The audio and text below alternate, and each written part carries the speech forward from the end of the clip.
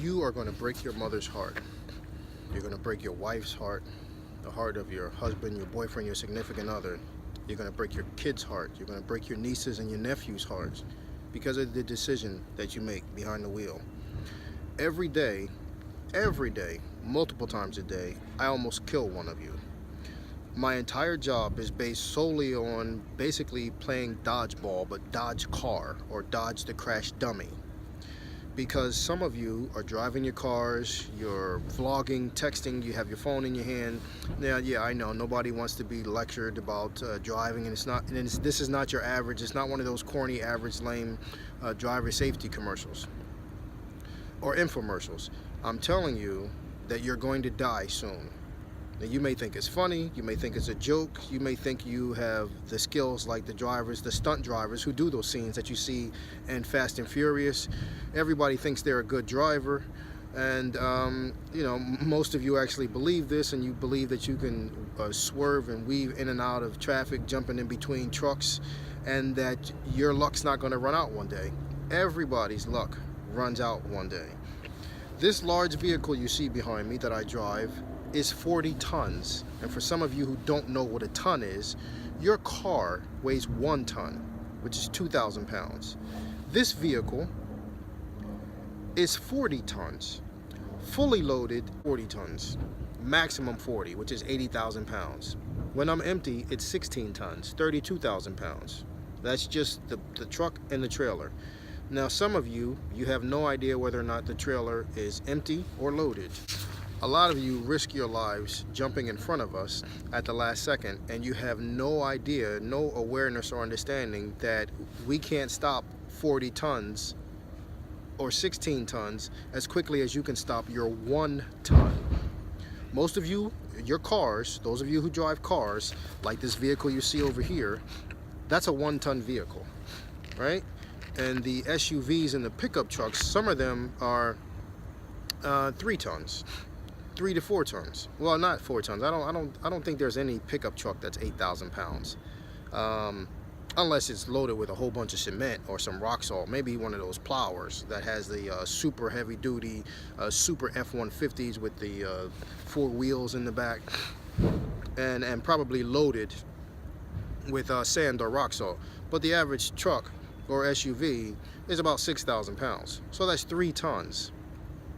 Still small. Nothing compared to this.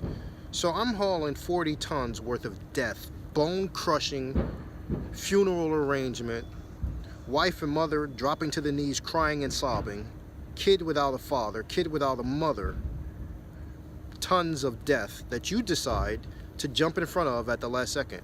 When you do this, and some of you do it with kids in the car, on the phone. I've seen people do this, jumping in front of me with kids in the car and a woman on the phone.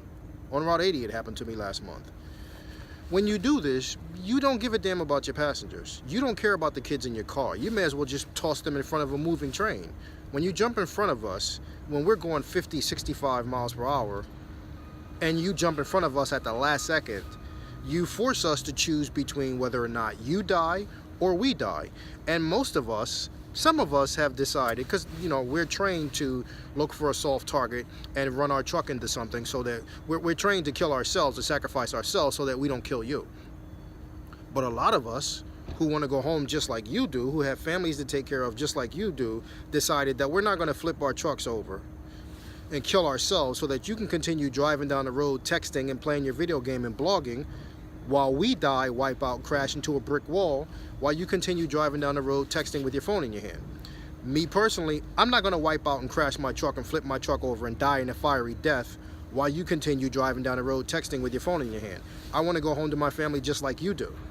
When you jump in front of us at the last second, with kids in the car, with the phone in your hand, it's you who killed those kids. Not me, not us. You put that kid's life in danger, you put your life in danger, and you cause your parents and your loved ones to cry and plan for your funeral because of your poor judgment, aka stupidity and recklessness. So don't expect all of us to go flipping our trucks over to save your lives when you don't care about your lives to begin with. We want to go home. When we get up in the morning, we expect to come back home to our family members, just like you do. But people like you who jump in front of us at the last second and force us to choose between you or us, you made that call.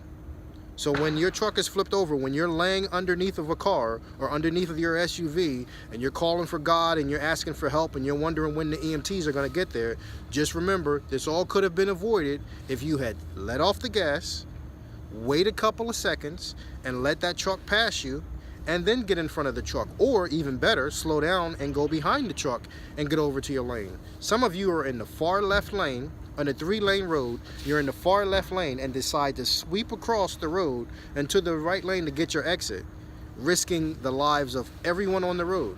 So you're the one who puts us all in danger, and we're supposed to kill ourselves for you? No, I'm definitely not doing it. I'm not flipping over my truck to save anyone. I'm not dying in the fiery crash to save anyone who initiated the conflict, the collision, and doesn't care about saving anyone's lives and did something so reckless like jeopardizing the lives of other people. I'm not going to die for any of you. Now, you keep driving around with your phone in your hand. One of these days you're going to run into a whole lot of drivers who think like me, and people in cars and pickup trucks who think like me, and just aren't. You're going to die a very painful, fiery death, and you're going to break the hearts of your parents because of the dumb things you do behind the wheel. Now, this may be funny to you now, but I bet you won't be laughing when your car is on your chest and you can't reach your phone to call for help, and you're hoping like hell someone on the side of the road decides to pull over and try to get you some help. It only takes a second for you to get crushed to death. Think about that.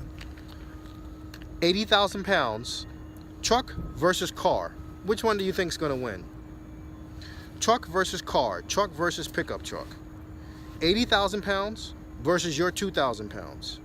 You will die a very painful, extremely painful death, all because of a decision that you made. Think about that. A decision that you made, an impulsive decision that you made, is going to cost you your life. It happens all the time, and it's only a matter of time before it's your turn because of the decisions that you make. Now, I know you don't want to be lectured to, you don't want anybody telling you how to drive. Okay, keep doing what you're doing. You're going to kill the kids in your car that you clearly don't give a damn about, and you're going to break your parents' hearts who's clearly you don't give a damn about. You don't care about anyone in your life the way you drive with these people in your car. You're on your way to see these people. If you care about them, get to them safely. Let off the gas and get to them safely and in one piece. Otherwise, they'll be meeting you at the hospital, talking to your doctor about keeping you on life support for as long as they can. All because of a decision that you made. I didn't get up this morning wanting to kill anyone. No truck driver does. We want to make our delivery, do our good job, and get back home in one piece. Just like most people do. When you left the house for work today, those of you who do work, you expect to make it back home. When you leave the house to go to the supermarket, you expect to make it back home. But somewhere along the way, you turn your brain off, stop using that good judgment that you ordinarily otherwise have, and do all kinds of crazy, stupid stuff when you're driving that you ordinarily would know better not to do. The way you drive is going to get you killed.